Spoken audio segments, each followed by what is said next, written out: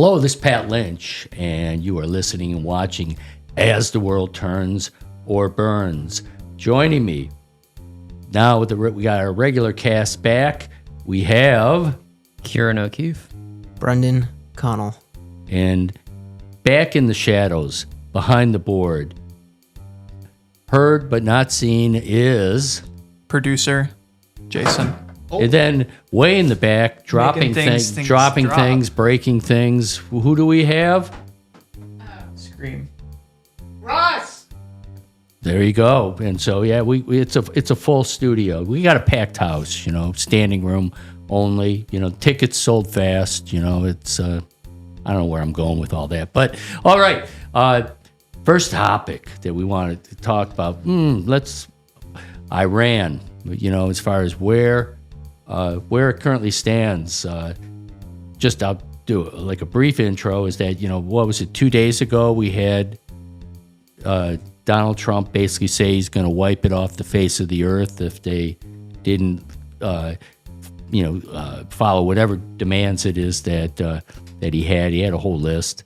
He then kind of backed off of that. Which we can talk about if that's a taco move or not. But and now we have a ceasefire, and I don't know. What we have beyond that. I don't know, Brendan, you want to pick that up and kind of give your assessment? Ending civilization is the... is that the main goal? Well, no. That was the terminology that was used. Maybe that is the goal, who knows? But that was the threat that was made. Yeah. And that was made publicly, and it was made publicly on purpose in the hope that, I guess, Iran would back down. Yeah. But my read on the situation is it's really the U.S. is looking for an off-ramp, right. Less so Iran. And I don't know, it's kind of confusing because Iran said that they were still going to control the Straits of Hormuz, and then Trump said that was part of the deal, was actually to relinquish that control. So it's a little bit like he said, she said right now, but in any event, because Israel keeps attacking South Lebanon, it looks like Iran views that as kind of breaking the ceasefire deal, the terms of it. And so I think Iran, to my understanding, at least as we're recording this, is in firm control of the Strait of Hormuz. So, and it doesn't seem like there's significant enough overlap yet in what Trump publicly wants and what Iran publicly wants. And that might differ than, what's being said in private channels. But I'm happy that for the time being, and at least as we're recording this, the war didn't escalate into something where we're literally, deliberately like blowing up civilians or like infrastructure that would inevitably water plants end up hurting civilians. But I'm not optimistic though that the ceasefire is going to become a peace deal necessarily, unless something different is being said from the U.S. side or the Iranian side, I guess, where there is some sort of overlap in terms of what both sides want. But again, my read is that there's not, because the Strait of Hormuz is one thing, and then with uranium enrichment is the other.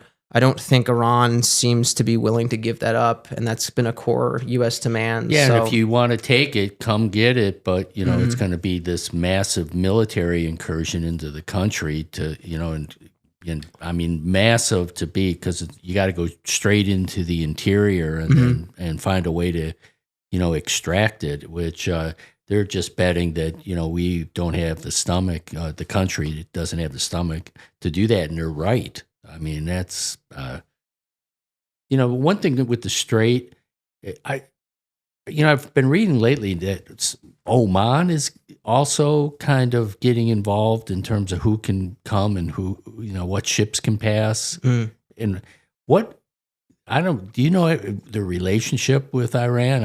It was like, where did they come from? I know they border the Strait, but that, it's like I never heard them in the conversation until like this week.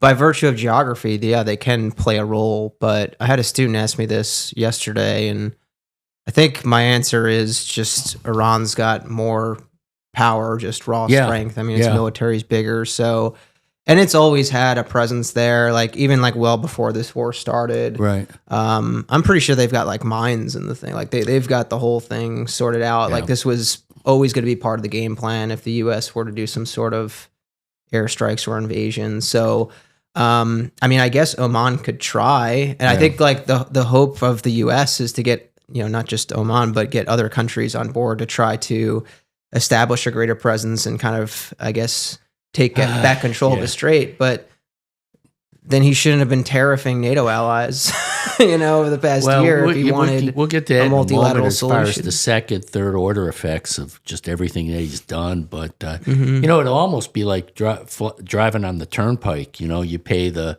Iran toll and then you pay the Oman toll. And then, Yeah. I mean, it's, everybody will get a cut. I mean, I've even heard, I thought he wasn't serious, but Trump even said that we'd be sharing some of the tolls with Iran as far as the agreement, the way he framed it. And it's like, That's the way he certainly views things, is international waterways. That's still a profit to let's be make made. it- How so- can we make some money, and where can we put up a resort and golf course, Mm-hmm. somewhere on the strait, that maybe would settle things. Mhm. Goodness gracious. Kieran, we're kind of going at it. Any thoughts? I don't know what the 10-point plan is exactly. There have been somewhat conflicting reports about that. But if you look at the reports, they all seem to be kind of in the same ballpark, at least. And it's a little bit surprising, or maybe not surprising, how much the U.S. is really just giving up. If you look at the supposed starting points for negotiations, it looks like Iran is done pretty well. I don't know what exactly we're getting out of this. You took a body of water that previously was open, I guess, like international water, and now suddenly it's Iranian water, more or less, and the toll. And it's just, what did we get out of this war? The war actually is over today, which it may or may not be. Who knows? I'm going to guess Trump will probably try to back off because he realized it's hurting his political popularity at home. But if the war is over as of today, what did the U.S. get out of it? We didn't stop their nuclear weapon development. Check. We did kill their entire leadership, but then they just have new leadership in the same regime, so that didn't do anything. Check. It antagonized a lot of other countries in the process. Check. It drove up oil prices. It led to at least a few American deaths, military deaths, not a bunch, but some. I don't see anything positive that came out of this. We were supposed to flex our muscles, but we can't. With the most powerful navy in the world, we can't take control of the strait. A middle-rate power has control of it, and we don't.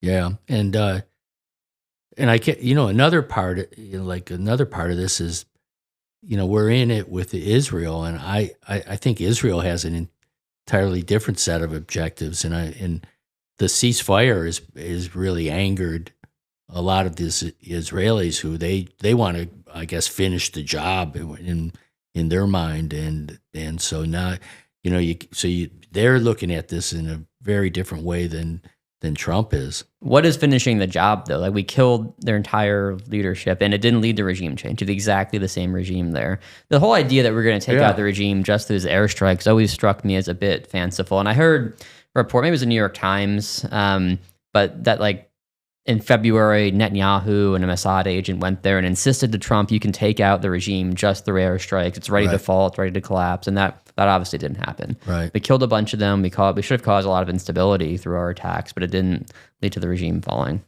I don't know a ton about internal Iranian politics, but it failed. It didn't. If that was the objective, which I think it was at first, it didn't succeed. Well, Brendan, you probably have thoughts as far as what what's Israel trying to accomplish, and what do they want to do from this point? I think they want more land, and I think they would have preferred regime change. Yes. Yeah, not the sun, but some completely. So and to be clear, like regime change is not leadership change. Regime change is when you have a totally like newly set rules of the game. Yeah. You can get regime change through a revolution. You can get it through a coup. You can get it through just rewriting and creating a new constitution. But none of that happened with Iran. You just had basically you decapitated the leader and then someone else stepped up. But the rules of the game are the same.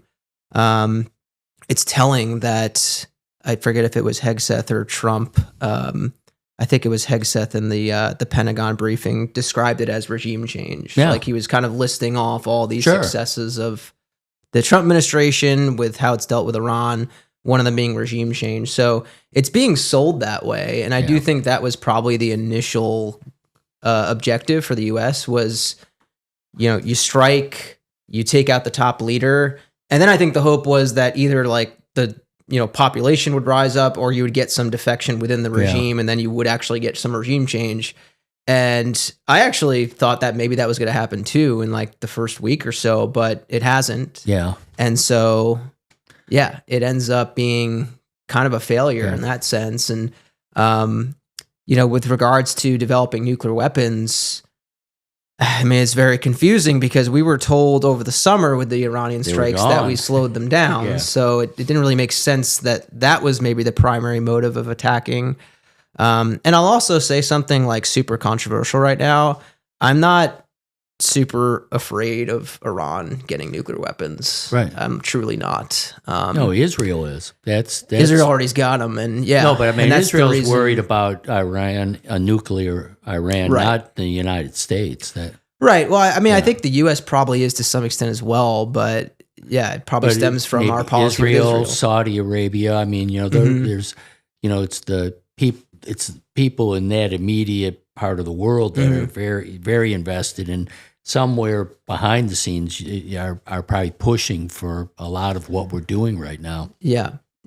And I don't think like it would be bad if I think Iran gets nuclear weapons, but it's not as bad or as like cataclysmic as everyone thinks. Yeah.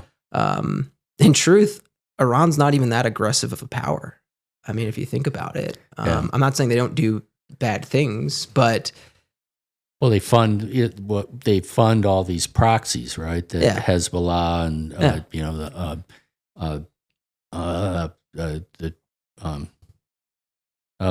in Gaza, the Hamas. Hamas. Yeah. I mean, just so they're funding all these but what do they do? Just Add them giving to the money? list of all major and regional powers that fund either terrorist groups or rebel groups, whatever we want to call them. Yeah. But Iran to me is not like this super aggressive power that's going to be a threat to the United States as much as Hegseth wants to paint them as being. I mean, I guess he's got to. If you're going to fight a war against a country, you've got to paint them as being inhuman and they hate the West inherently and all this stuff. And it is a brutal regime. I'm not saying that, but I guess what I am saying is if they did have nuclear weapons, are they going to use them against the United States? Are they going to get really aggressive and start wreaking havoc in the Middle East? I mean, usually when wars happen in the Middle East, it's either Israel's fault or the United States' fault. It's not Iran. So, I mean, in hindsight, we should never have left the agreement that Obama made with Iran years ago. Was that 10, 12 years ago now? Right.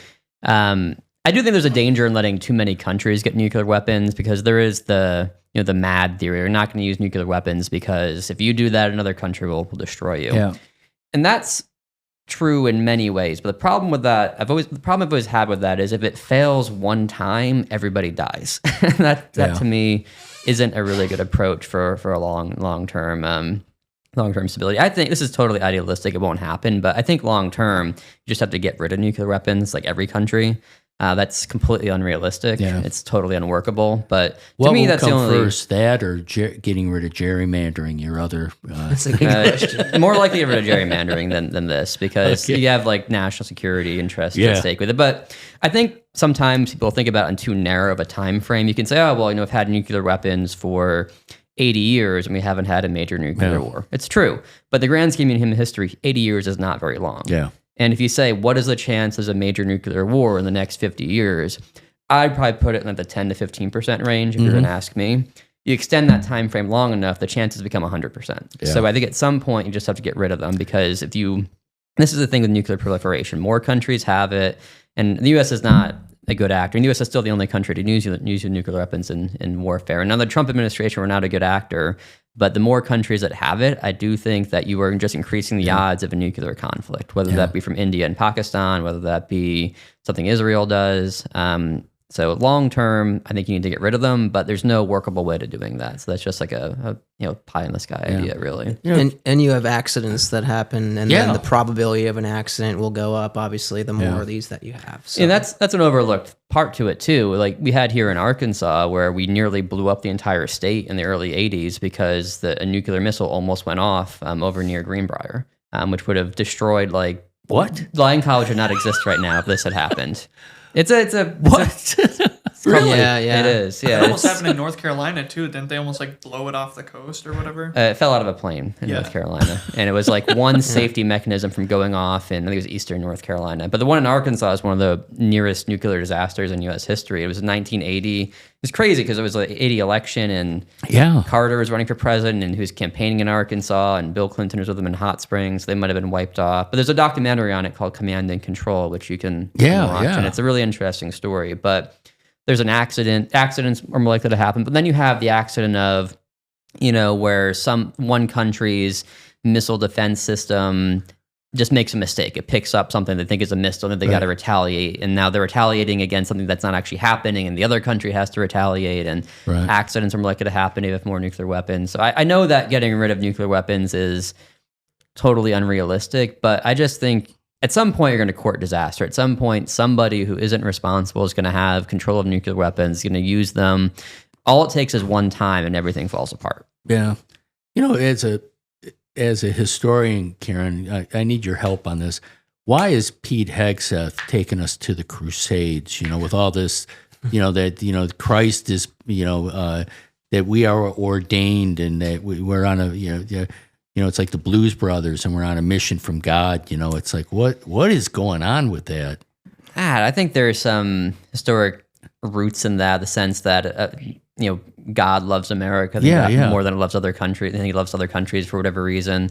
I don't know. It's a very powerful idea on the right that this link between the U.S. and God, and that somehow where everything we do is good. And Reagan believed this too, though I don't think he was quite as as bad as Hegseth. Yeah, well, so Christian nationalism, I guess. That's, I mean, because that happened in the '80s, where you had the infusion of like the evangelical right into the Republican Party, which hadn't really been the case prior to the Reagan Revolution. I think you probably write a book on that topic. But there's this long-standing idea, especially on the right, that American actions are somehow ordained by God, and we're spreading goodness and greatness throughout the world. And you do get that patriotic right that, at least when they're in charge, any criticism of what the U.S. does is unpatriotic. It's wrong. That you're not being a good citizen if you're criticizing American policy. Go get out of the country if you don't like what the U.S. is doing. So I don't know. No, it's scary stuff.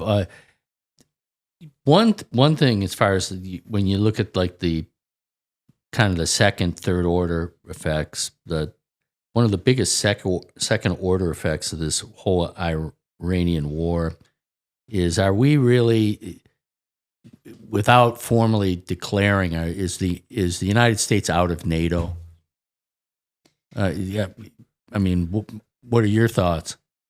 Not yet. I mean, Trump's been obviously very critical of it. Yeah. But I don't think he has said anything that we're leaving NATO or anything. Not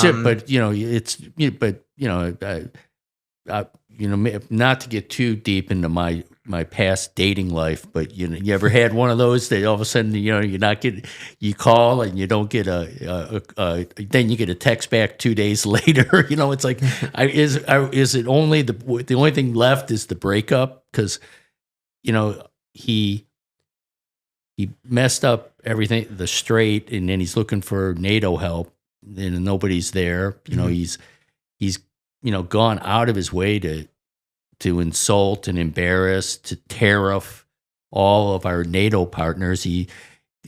Greenland actually had like a military exercise, for a potential invasion. So that's why I just bring it up, that it's like, is it just, all that's left is that text that I'd like to just be friends from now on.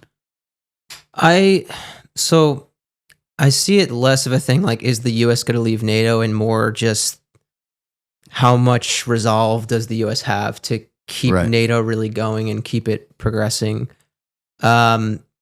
Technically, it's not Trump's decision to leave NATO or not. It would have to go through the Senate. So him just saying he wants to leave NATO doesn't mean it's going to immediately happen. No. However, if a U.S. president views NATO as illegitimate and we're no longer going to cooperate with NATO, then we could just effectively have our name, still in the Washington Treaty, but we're not going to be a member. So I think that's like, kind of been the question the past year and a half is, what does Trump's the Trump 2 doctrine mean for the future of NATO? And I don't know the answer to that. I mean, on the bright side, he's gotten tough on NATO, and other NATO members have therefore been, I guess, pulling their weight more. Increased military spending. Right. So, the flip side of that is maybe they would have done that anyway because of the war in Ukraine, and it wasn't really Trump's threats that are causing them to do that. So it's debatable. But you talk about like second order effects. I was actually I was preparing a lesson plan last week. So I've been reading up on like past history of NATO and like George W. Bush's foreign policy. I think that with what Trump's done now in Venezuela and Iran, I mentioned like a month ago that this was good in a way for it, like bolstered U.S. credibility, and you've got to take U.S. threats seriously now. But I do think that it undermines the U.S. when it's now negotiating with a Putin, let's say, and trying to find an end to the war in Ukraine. Because I don't think Putin really trusts the United States the same way that we don't trust Putin now. I mean, you can't really trust Trump when he's all over the place. Like he's just so unpredictable, and unpredictability can be good at times, but it can be bad in other times. And the reason I'm talking about NATO and George W. Bush is I think like the war in Iraq was probably like a failure. Yeah. But it was also like the second order effects of it were there was a period of time where Russia might even join NATO. That probably wasn't going to happen, but at least we were cooperating with NATO, and even Russia was like regularly attending NATO summits. But then all that started to kind of go away after the war in Iraq. And I think one argument was Putin's looking at Bush's foreign policy being like, you're starting these wars that are like not too far away from the Russian border. So can I really trust the West? Yeah. And so, it's like put yourself in the shoes now of other countries, including our own allies. How much can you trust the United States right now? Yeah.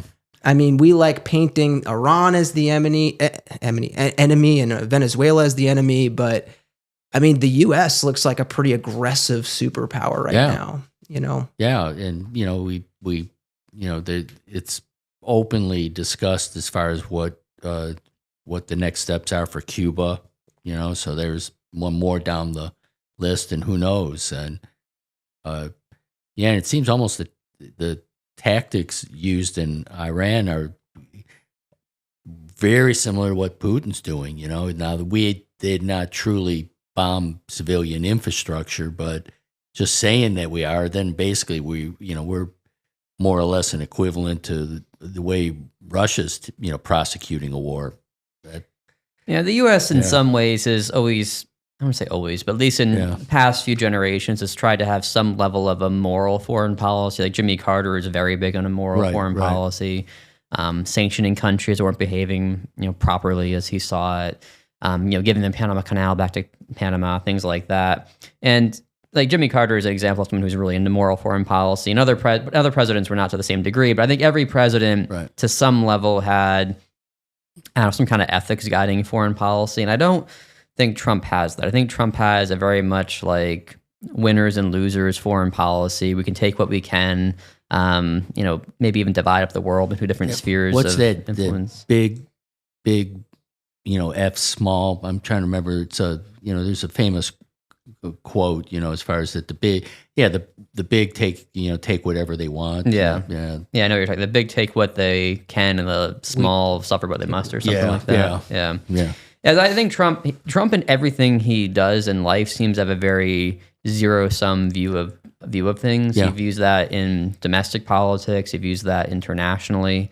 He doesn't have a very complicated understanding of the world in a way. The way of his views of the world tends to be very simplistic, I think, in a lot of ways, which I think helps him connect to voters actually pretty well, because a lot of voters have a pretty simplistic understanding of the world. They see things like, we're giving money to, I don't know, places in Africa to help deal with problems that aren't ours. Let's we shouldn't be doing that. Not seeing sort of the residual positive effects it has on the whole world, but also on the United States. So I think that is a big part of his foreign policy. And what I started off by saying was I don't think Trump has many ethics guiding his foreign policy in the way that other presidents, to varying degrees, at least post World War II, have had. Yeah, and kind of then you look at like third order effects in terms of the closing of the strait and what that has done for energy, not just prices but supply around Asia. I mean, I've just been reading just these horrible, where they're like almost at a standstill. There's no gas because there's no gasoline, so you people are just stranded at home, and you have they turn off. Now it's starting to heat up, and you got to turn off AC, and I mean it's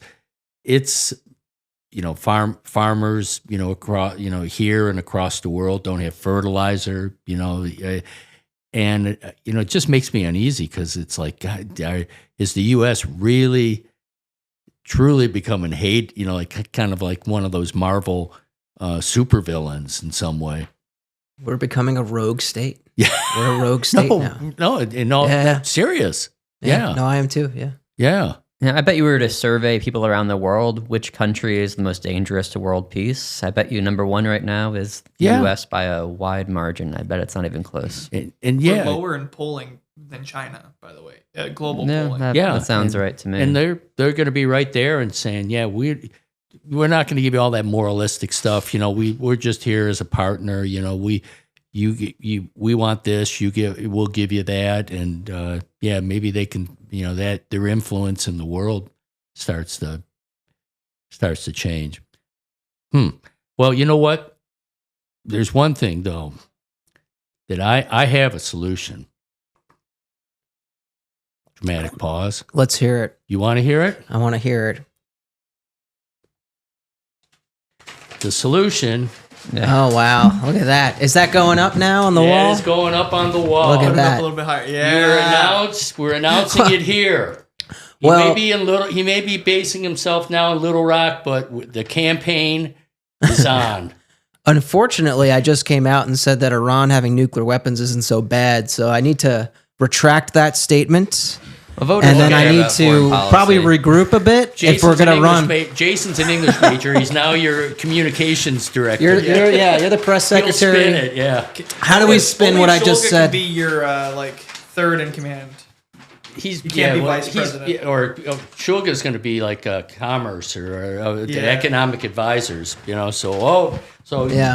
Well, who's my VP then? Because I'm from It's up to you. I'm from New York, so we're taking New York. Okay. And then we need to probably steal a swing state. So find some Pennsylvanians or Ohioans or something. Well, be on the lookout. You try. Yeah. We're casting for VP.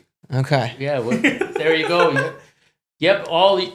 Because for the millions of viewers and listeners to the show, you now just email us. I'll give you my email, patrick.lynch@lyon.edu. I'll be your vetting committee, and I'll start taking all the nominees for VP, cabinet positions.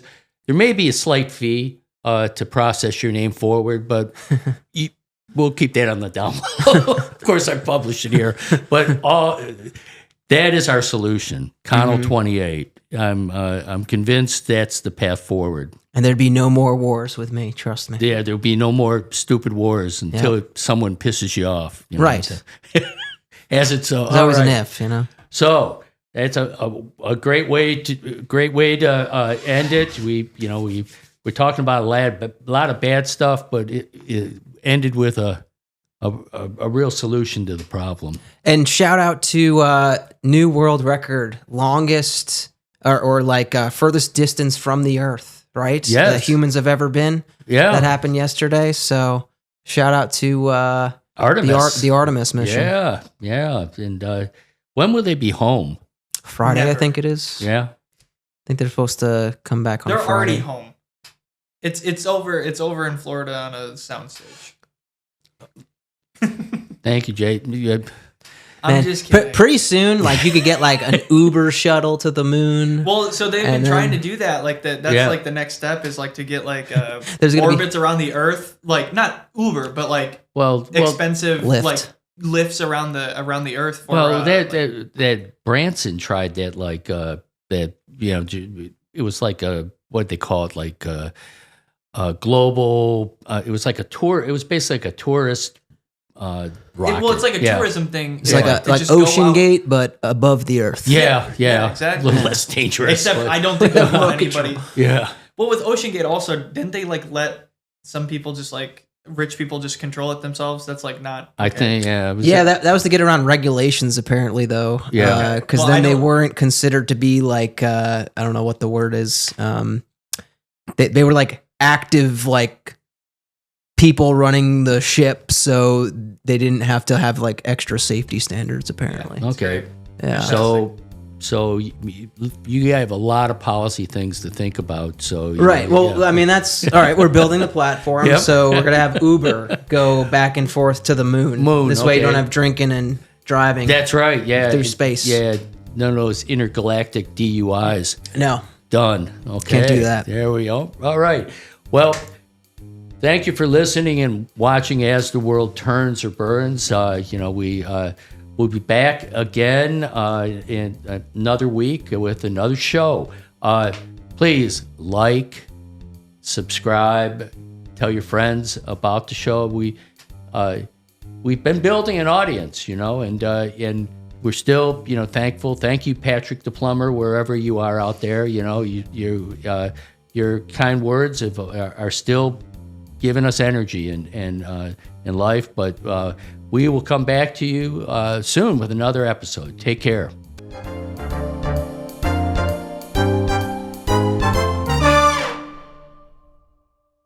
This podcast is sponsored in part by Lyon College and KILT Studios. Thank you to Jonah Winter for the intro and outro music.